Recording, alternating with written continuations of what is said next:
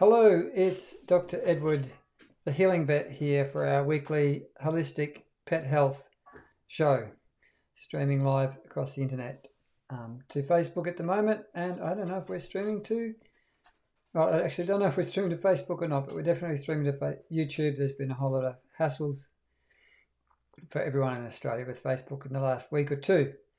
So today I want to talk to you about one of the most important things that you need to teach your dogs, which is resilience. And resilience, in essence, is when your dogs learn how to self-regulate their mental emotional state and their physiological state from arousal to relaxation. If you really simplify it, that's what resilience is being able to meet stimuli that might be stressful and to have healthy arousal and then be able to move back to healthy relaxation. If you really want to get it down to the very, very, very simplest way to understand this thing, that's it. So the thing is that most humans, in my experience of 23 years as a vet, many years as a holistic vet, and working with thousands and thousands of pet owners and their dogs, is that most humans are actually really awful at communicating with their dogs in the way that their dogs need, in the way that their dogs understand, in a way that makes sense for their dogs. Now, the big problem here is that people tend to treat their dogs like humans. Now, the most common problems with this, in fact, they don't even treat their dogs, communicate with their dogs and treat their dogs like humans. They treat their dogs like human infants. And the most common issues that are problems for your dog with this sort of way of doing things is that humans often don't communicate healthy boundaries around personal space. There's no conversation with the dog about saying, excuse me, I have a personal space, and we need to have a bit of communication about when you come in and out of it. Humans often don't ever teach their dogs how to self-regulate and how to relax, especially in the face of any kind of stimulus that the dog finds a little bit upsetting or stressful. Many people allow the dogs to take over in the family unit. So the dog effectively steps into a leadership vacuum, and dogs will do this. And it is one of the worst things you can do for a dog. It leads to an anxious, aroused, hypervigilant dog that is really, really, really, really not a happy dog. It causes a lot of stress, these things I'm talking about, and can really strongly contribute to all sorts of behavioral and anxiety issues. Now, why do people treat their dogs like human infants? Now, with a human infant, it's not appropriate to have boundaries at all, right? And it's appropriate to give that human infant attention as soon as they demand it. That's what they need. Now, when you've got a very little puppy, this is also true. But by the time you get to an 8-week-old puppy, this is no longer true. This is a puppy at that age starts to need to have structure and boundaries and some training and be allowed to experience some frustration and discomfort so they can learn how to deal with that in their own way and regulate themselves. What a lot of people do is just think of their dog as a cute little puppy forever. Now, dogs are pack animals and they bond very strongly to their humans. If you don't take care early on that the puppy has time alone, that the puppy has times when you don't give them access to you, and the puppy has to be in their own space and work their way through the frustration and anxiety that might come with that, so that they can learn how to process that stressful situation, slightly mildly, healthfully stressful situation, and relax on their own, then you've really got a separation anxiety problem that is just waiting to happen. Dogs need to learn how to be comfortable and happy in their own space. Now, a lot of dogs I see use the human as their way to regulate their emotions. They effectively use the human as a drug to make them feel good, to make them feel safe. And the humans enable that a lot of the time, because often the humans are also using the dog's presence to make themselves feel emotionally okay. There's an unhealthy, overly emotional bonding thing going on in both directions that doesn't serve anyone. So both the human and the dog needs to be emotionally independent and resilient. This will lead to a much happier dog, and it'll lead to a stronger, happier, healthier bond between you and your fur kids as well. So what you really need is healthy boundaries. And most people have no boundaries with their animals whatsoever. Right? So bear with me if you feel like this is crazy talk. It's the most beautiful thing you can do for your animals. So what might healthy boundaries with your dogs look like?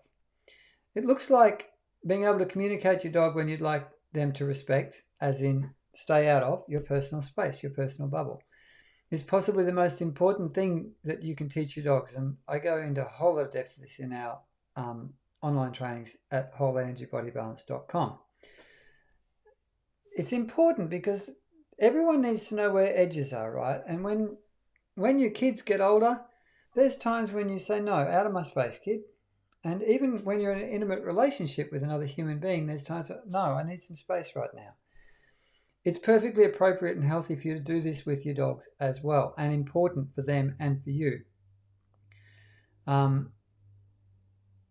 teach a skill called outing in the online trainings that we offer at Whole Energy Body Balance. In essence, what you do is you tell your dog out, and you keep your dog out until your dog stops pushing to come in.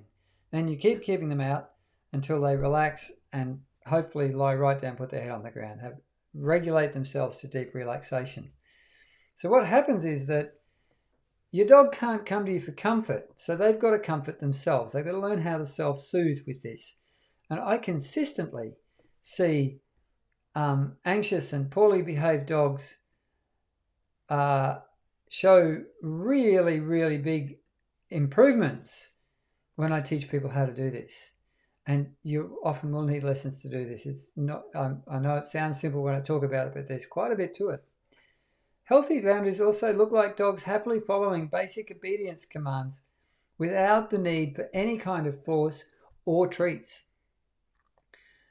Healthy boundaries look like dogs not pulling on the lead ever, walking on a loose lead beside you. And healthy boundaries also look like you being able to touch and handle your dog all over without a problem. Now, if you can't do all these things, you've got some work to do with your dog. Now, another thing about this teaching dogs resilience is that you shouldn't always try to make your dogs happy. A lot of people I see take all the stress out of their dog's life. As soon as anything makes their dog the slightest bit uncomfortable, the humans are hugging their dog and comforting them, patting, saying, it'll be all right, dear, it'll be okay, let's make you feel better.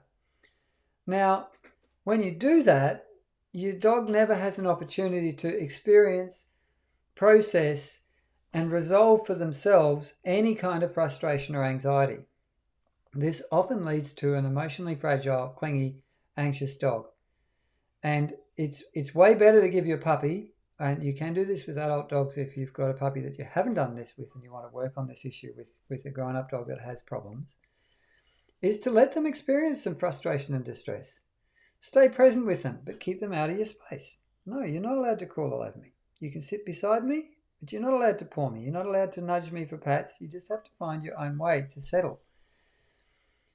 Let them work through a little bit of frustration. Now, this can be really hard for the human, right? Because a lot of these people, when I do this with them, and we get the human in the chair in the corner, I'm beside them on the stool, and we say, out. And the dog's going, I'm going to die here. You're putting me out. I need my human. I'm going to die. And, the human's going, oh, my poor dog's in distress. We can't have that. But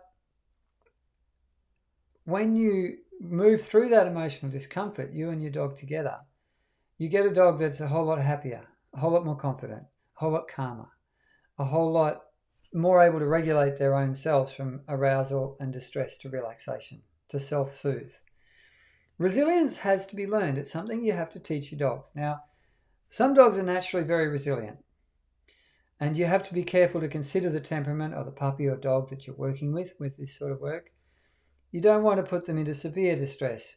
You need to find a point where they have some mild distress and they can learn how to deal with that. And once they learn how to deal with that situation, maybe you might step up to something a little bit more difficult for them.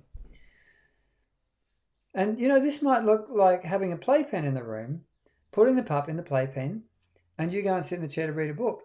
And when the pup chucks a screaming fit about not being able to get what it wants, which is to come over to you, you're just going to let the pup be. And I can promise you, it's going to howl and have a little puppy tantrum for a while. Eventually, it's going to stop.